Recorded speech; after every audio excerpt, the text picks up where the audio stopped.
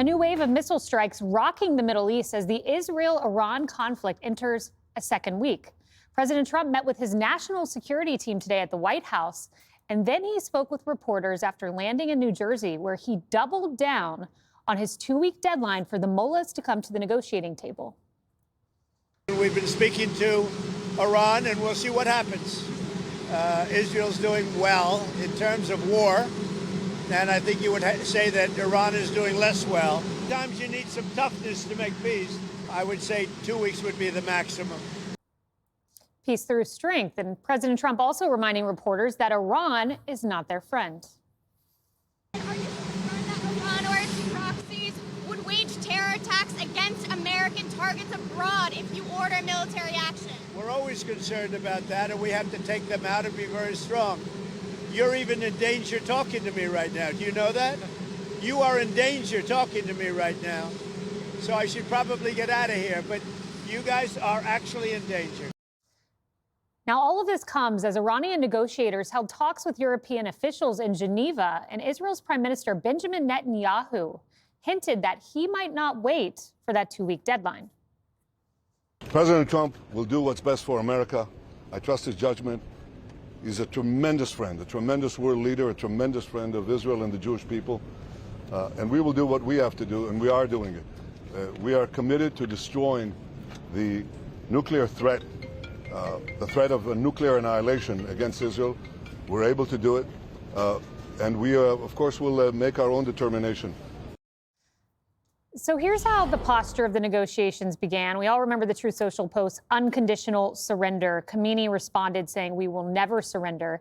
Greg, the readouts that I'm getting from these European negotiations, they've rejected talks with the U.S. Not only that, when asked about zero enrichment, Iran said, "Undoubtedly, we reject this, especially now under Israel's strikes." That's according to Reuters. So it sounds like it's going great. Yeah, I'm not surprised. I love Trump saying you're in danger if you talk to me right now. I say that after I have a burrito for lunch. Today's 5 is my last one for a week. I'm going on vacation, so I'm really kind of upset you asked me first because I kind of checked out already. But the one thing I like talking about, not the things that are going on in there, because I don't trust half the stuff I hear, and I have a feeling this is going to go on for a while. I like watching people talk about it. And there's these factions on the right, both pro and con, who thinks that someone can easily influence Trump, as if he isn't in control of his faculties, like he's Joe Biden, and he could be easily swayed by a Lindsey Graham or a Laura Loomer or a Mike Johnson. It's like, oh my God. And that directly contradicts your inherent faith and trust in the guy. I mean, in every issue, I see Trump kind of doing his own thing, which completely jibes with America's thing, whether it is crime or border or even tariffs. I mean, it's like he believes that helps Americans. He's going to do it. There's no bug in his ear unless that bug is American voices. I don't see him being swayed. The isolationists think, somebody's doing this. The interventionists say the other thing. But my guess is that he listens to everybody, and then he does what he does. He goes with his gut. It's kind of how you saw him adjust to the deportations. Goes all in, and then he lifts pressure in certain industries. There's no shame in that. So I think he's not under the spell of anybody. I'm hopeful that he does the right thing and that he knows what he's doing and that he's finding a path that isn't necessarily the paths that we keep hearing about. I mean, how do we get rid of Iran without putting boots on the ground? Does anybody know? Nobody seems to care about what's next. Including Jesse. He doesn't care. I just care that you're okay on your vacation. A week in Iran is dangerous, Greg. I know. I don't know why you booked that. That's why I'm dressed as the Ayatollah. Yeah, good timing on that one, Greg. Jesse, Trump, to Greg's point, he goes with his gut, and he knows what to do and when to do it. And sometimes that gut is last minute. He said, we're going to give this 2-week negotiation period. He said today, maybe the strike on Fordo won't be necessary, but he often will make that call in the moment. I remember 2019, there were jets in the air ready to strike Iran, and then he pulled back because it wasn't the moment. He knows what to do, and he's going to do it when the time's right. Yeah, he's like the guy that hands in the term paper at the last second. But he likes the pressure of it. He has these self-imposed deadlines, and I think it makes him think better. But the 2-week deal is smart because it gives you more military options. You can bring in another carrier to the region, and then you can also let Israel really soften up Iran. I mean, they could hit more targets. They could hit electrical transmission sites around Fordow. They could assassinate more commanders. And the hope is, from the administration, is that the Israeli bombing campaign could be so effective, you could bring the Iranians to their knees and say, fine, I'll give up the enrichment, whatever you want, just about regime survival at that point. But it doesn't look good, because you're right. What they're saying in Europe is that the negotiators from Tehran are not going to give up enrichment. So that doesn't speak well. The pump fake could be tomorrow. He could say, I'll give you 2 weeks, and the bombs can rain down tomorrow. We have to remember, though, air wars are not always completely effective. North Vietnam, Kosovo.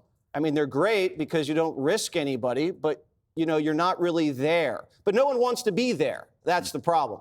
The concern is that if you knock out the nuke site and a lot of the other ballistic missile sites, you leave the Ayatollah in power. And then what? How do we know he doesn't have a clandestine nuclear program where they have, you know, they're spinning some centrifuges somewhere else that the Israeli intelligence hasn't discovered? How do we know he doesn't just spin these up all of a sudden? And then where are we now? We're in a worse position. Or if he falls to a coup, then you have 30,000 zealots who are running the country, the clerics, and they're going to back the guys with the guns. And the guys with the guns are the army. So then the army takes over. So what do you have then? You have a military dictatorship backed by religious zealots. Is that better? Is that worse?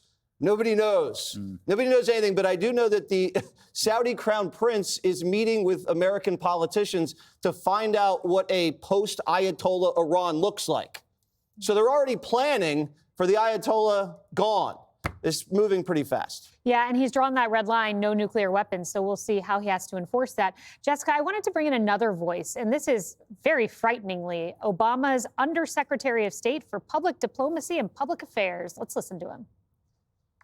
They chant death to America. I went to Iran in 2014. I was sitting at a rally. These young guys were chanting death to America. They finished the chant, and 2 young men came over and said, "Are you American?" I said, "Yes." "We want to welcome you to our country. We love American culture and love American movies." They wanted to talk about all these things. Iran is the most Western nation in the whole Middle East. We have much more in common with them than a lot of countries that we do have alliances with. I don't think Iran's the most Western country in the Middle East. And he began by saying, why is it a foundational issue for Trump that Iran should not have a nuclear weapon? Maybe that philosophy is what got us here. Definitely anti that philosophy. I don't think we should have a nuclear Iran by any means. I do think he's making an important point about civil society within Iran, that these are people who want to be free, who want to be able to dance in public and to drive cars, and for women not to be have to be covered and to be able to be educated and all of that. But you obviously have a tremendous problem here, and we're not safe, and our strongest ally in the region, Israel, isn't safe. And that's what this is fundamentally about. I very much think that Bibi gave up the game in that little presser that he had, where he said, Donald Trump is going to do what's best for America, and he's our great friend, and I'm going to do what's best for Israel. And since Operation Rising Lion began, Bibi has been doing what Bibi wants to do, and we're following along. I don't know where that leads, but this idea that Donald Trump adheres to deadlines is absolutely ludicrous. The man promised us a health care plan over 450 weeks ago. It has been infrastructure week since I was born. Russia's sanctions are supposed to be coming in 2 weeks. A tax plan. 2 weeks is meaningless. Jesse might be right. It may happen tomorrow. It may happen in 2 weeks. It may happen in a year. I don't know. But they're going to have to deal with the fact that there is a contrast within the intel community right now. Caroline Levitt from the podium is essentially parroting Israel or Mossad's assessment of the risk from Iran, saying that this could be a couple of weeks. Our intel community is saying that it could be several months to a year, which is what Tulsi Gabbard testified to in March. And apparently the intel community is completely split on this. Donald Trump is going to have to pick which camp he's in on this. It seems like he's leaning towards Bibi's assessment of it, that this is impending doom and that you need to decide within, the fake 2 weeks. But that's some really tough stuff, because what is the plan afterwards? I don't see how you do this without trying for regime First, change. I would say it's preposterous to say that Trump is not a man of action. He took out Soleimani, It's took not out about al-Baghdadi. Hold action. on, I listened to the whole minute and a half long. And I didn't interrupt because I know you don't like that. He took out Soleimani. Well, no one likes it. He took out al-Baghdadi. He acted in Syria. All things Biden did not do. He did not act. Secondly, with regard to the intel community, I would just say this. I spoke to General Jack Keane today. He said for 25 years they've been building a nuclear program out in the public, 12 sites, their entire enterprise pointing towards nuclear weapons. So there's that.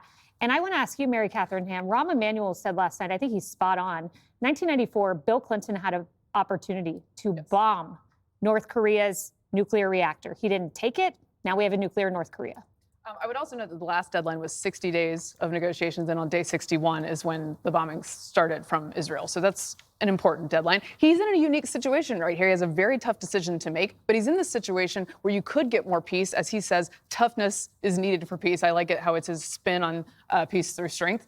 And he has to make this decision. But as you point out, he has a record of having gone after people. I call it occasional bellicosity, whether it's Soleimani or it's moving going after the Houthis, taking shots that work and then pulling back. And Israel has done most of the work here, and he has a chance at a real historic moment, I think. Yeah, I think you're exactly right. Well, we will see when that moment comes. He said 2 weeks, could be sooner than that.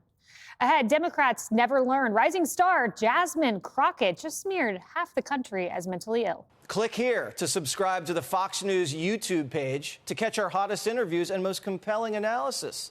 You won't get it anywhere else.